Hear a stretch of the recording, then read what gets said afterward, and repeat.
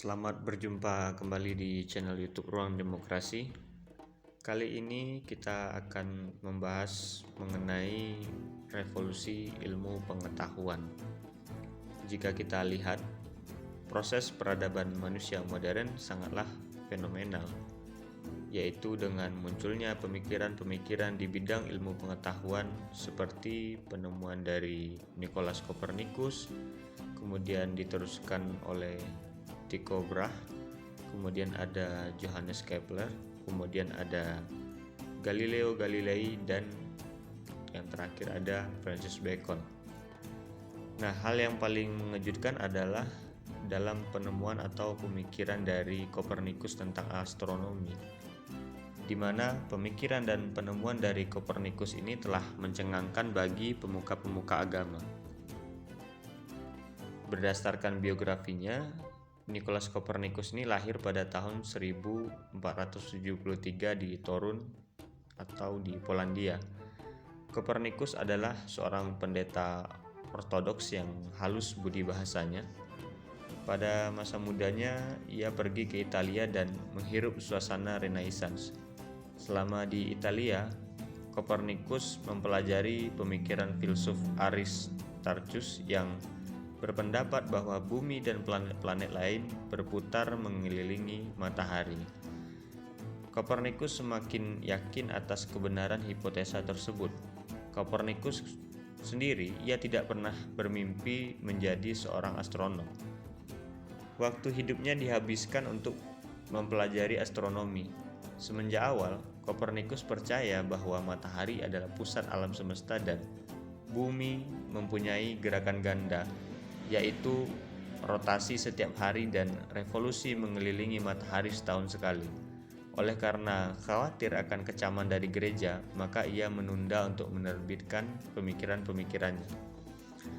Jika kita lihat, karya terpenting ataupun magnum opus dari Copernicus ini adalah De Revolutionibus Orbium Caelestium yang terbit pada tahun kematiannya di tahun 1543. Buku ini didedikasikan untuk Paus.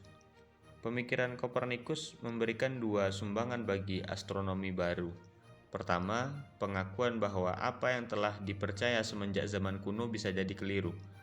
Kemudian yang kedua, uji kebenaran ilmiah merupakan kumpulan fakta-fakta disertai dugaan kuat tentang hukum-hukum. Sebelum adanya pemikiran dari Copernicus, para pemuka agama berkeyakinan bahwa ajaran-ajaran tentang tata surya dan seisinya berpedoman pada pemikiran dari Ptolemaios yang hidup pada masa Yunani kuno. Ia mengatakan bahwa bumi merupakan pusat tata surya dan bumi adalah datar. Pandangan ini yang diyakini oleh kalangan agamawan abad pertengahan yang berlangsung berabad-abad lamanya. Pandangan atau teori ini dikenal dengan teori geosentris. Teori inilah yang kemudian dipatahkan atau digugat oleh Nicolaus Copernicus. Menurut Copernicus, yang menjadi pusat dari tata surya adalah matahari, dan ia juga mengatakan bahwa bumi adalah bulat, bukan datar. Pandangan atau teori ini sering disebut dengan teori heliosentris. Penemuan inilah yang menggemparkan dan mengguncang pemuka-pemuka agama. Bahkan Copernicus akan dihukum mati apabila dia tidak mencabut pendapatnya, karena hal ini bertentangan dengan kalangan gereja dan ajaran agama yang mempercayai teori geosentris. Nah, bagi pemuka agama, pemikiran Copernicus dianggap pandir dan bodoh. Mereka mengatakan bahwa si bodoh Copernicus hendak memutarbalikkan teori astronomi. Namun, dalam kitab suci dijelaskan bahwa matahari tetap diam. Pendirian kaum gereja Protestan sama kerasnya dengan kaum agamawan Katolik, yaitu Martin Luther dan John Calvin, yang juga turut mengecam Copernicus dengan mengatakan dunia tidak bisa dipungkiri keberadaannya, bahwa matahari tidak bisa digerakkan. Pandangan inilah yang menjadi tonggak sejarah abad modern yang dipelopori oleh Copernicus di bidang ilmu pengetahuan, sehingga sampai sekarang pemikiran Copernicus dijadikan sebagai tonggak munculnya revolusi ilmiah atau bisa disebut juga sebagai Copernican Revolution. Teori heliocentris oleh Copernicus kemudian disempurnakan oleh Tycho Brahe, Johannes Kepler, dan kemudian Galileo Galilei. Astronom penting berikutnya adalah Tycho Brahe. Brahe menentang pandangan Aristoteles yang mengatakan bahwa segala sesuatu yang berada di atas bulan itu tidak berubah. Ia mengambil jalan tengah bahwa matahari dan bulan mengitari bumi, tetapi planet-planet mengitari matahari. Menjelang akhir hayatnya, seorang anak muda yang bernama Kepler menjadi asistennya. Bagi Kepler, hasil pengamatan dari Tycho Brahe tidak ternilai harganya. Astronom yang berikutnya yaitu Johannes Kepler. Kepler adalah ahli astronomi penting setelah Copernicus yang mengadopsi teori heliocentris. Ia menyempurnakan pandangan-pandangan dari Copernicus. Pada tahun 1619, Kepler mempublikasikan temuannya tentang 3 hukum gerak planet. Pertama, planet-planet mempunyai orbit eliptik dengan matahari sebagai titik fokus. Kedua, garis yang menghubungkan sebuah planet dengan matahari melewati daerah-daerah yang sama dalam satu waktu yang sama pula. Ketiga, kuadrat periode planet mengelilingi matahari sama dengan pangkat 3 jarak rata-ratanya dari matahari. Kemudian yang selanjutnya adalah Galileo Galilei. Nah, Galileo ini adalah penemu ilmu pengetahuan modern selain Newton. Berdasarkan biografinya, Galileo lahir tahun 1564 pada hari kematian Michelangelo dan meninggal pada tahun kelahiran Isaac Newton. Galileo menemukan pentingnya akselerasi atau percepatan dalam teori dinamika.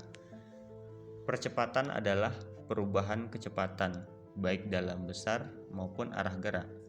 Menurut Galileo, sebuah benda yang bergerak dengan kecepatan sama dalam sebuah lingkaran di sepanjang waktunya mempunyai sebuah percepatan menuju ke titik pusat lingkaran. Galileo mengatakan bahwa setiap benda jika dibiarkan akan terus bergerak dalam sebuah garis lurus dengan kecepatan yang sama. Suatu perubahan dalam atau arah geraknya terjadi karena adanya energi atau kekuatan. Prinsip ini oleh Newton disebut sebagai hukum gerak pertama atau hukum gerak energi. Pandangan Galileo ini berbeda dengan pandangan sebelumnya yang menganggap bahwa gerak yang sama dalam sebuah garis lurus bersifat alamiah, baik di bumi maupun di langit. Benda-benda langit dianggap bergerak secara alamiah dalam lingkaran-lingkaran, sedangkan benda-benda bumi bergerak dalam garis-garis lurus. Tetapi, benda-benda bumi yang bergerak dianggap akan berhenti secara perlahan jika dibiarkan sendiri. Galileo adalah orang pertama yang merumuskan hukum benda jatuh. Hukum ini berbunyi, jika sebuah benda jatuh bebas, percepatannya akan tetap, kecuali udara mempengaruhinya. Percepatannya sama bagi semua benda, baik berat maupun ringan, baik itu juga besar maupun kecil. Menurut Galileo, suatu benda akan jatuh bersamaan apabila terjadi pada ruangan yang hampa. Sementara kalau ada udara, maka benda jatuh akan berbeda. Galileo juga menemukan teori bahwa sebuah peluru kalau ditembakkan membuat suatu gerak parabola bukan gerak horizontal, kemudian berubah menjadi gerak vertikal. Pandangan sebelumnya menganggap bahwa sebuah peluru yang ditembakkan secara horizontal akan bergerak horizontal untuk sementara waktu, kemudian mulai turun secara vertikal. Galileo menunjukkan bahwa jika tidak dipengaruhi udara, kecepatan horizontal akan tetap sesuai dengan hukum energi, tetapi sebuah kecepatan vertikal akan bertambah sesuai dengan hukum benda jatuh.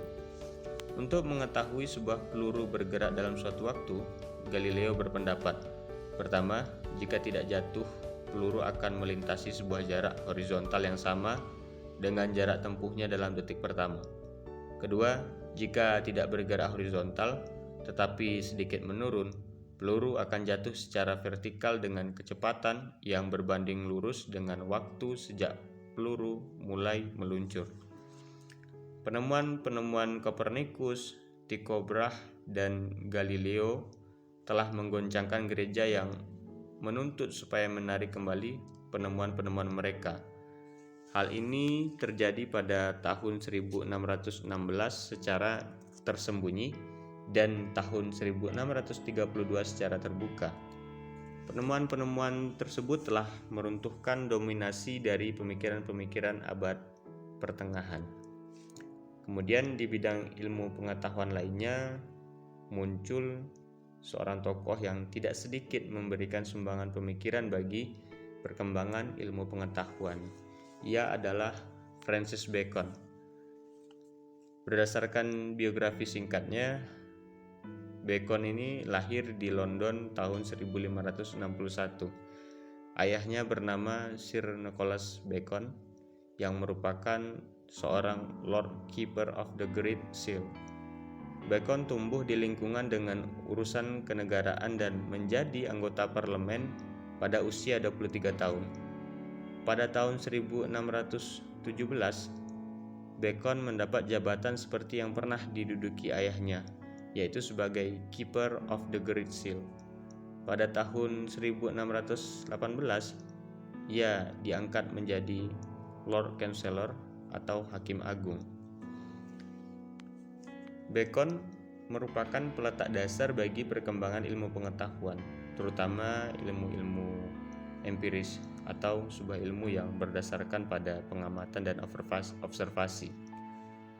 Ia juga dipandang sebagai orang yang meletakkan dasar bagi metode induktif. Menurut Francis Bacon, untuk menyusun ilmu pengetahuan harus menggunakan cara kerja atau metode induktif, yaitu sistem penalaran yang berdasarkan pada argumentasi atau pernyataan dari sejumlah hal sampai pada sebuah kesimpulan yang bersifat umum, dan hasilnya itu boleh jadi atau dugaan-dugaan sementara. Menurut Bacon, cara kerja dari ilmu pengetahuan terlebih dahulu diadakan pengamatan atau observasi, kemudian diadakanlah percobaan-percobaan sampai pada pengujian-pengujian tentang objek yang akan dikaji. Penjelasan tentang metode induktif ini terdapat dalam karyanya Francis Bacon yang berjudul Novum Organum pada 1620. Buku ini juga merupakan sebagai buku pengganti dari karangan atau karya dari Aristoteles, yaitu Organon, yang dipelajari dan dikembangkan dalam ilmu-ilmu deduktif. Menurut Bacon, ilmu-ilmu empiris yang menjadi dasar kemajuan ilmu-ilmu pengetahuan tidak menggunakan cara kerja deduktif. Bacon menekankan bahwa ilmu pengetahuan hanya dapat diusahakan dengan pengamatan, kemudian percobaan-percobaan serta penyusunan fakta-fakta. Pemikiran Bacon tentang cara kerja atau metode induktif ini merupakan reaksi atas cara kerja dengan menggunakan metode deduktif yang dikemukakan oleh Aristoteles, di mana metode deduktif menghasilkan ilmu-ilmu deduksi. Bacon menolak cara kerja metode deduktif yang telah ditetapkan oleh Aristoteles dengan menggunakan silogisme. Bacon tidak hanya meremehkan cara kerja silogisme, tetapi juga memandang rendah matematika. Dalam metode deduktif itu dijelaskan bahwa untuk memperoleh ilmu pengetahuan harus dimulai dari sistem penalaran yang bertitik tolak dari suatu premis atau pernyataan yang bersifat umum sampai pada suatu kesimpulan yang lebih khusus dan hasilnya pasti benar dalam arti bentuknya.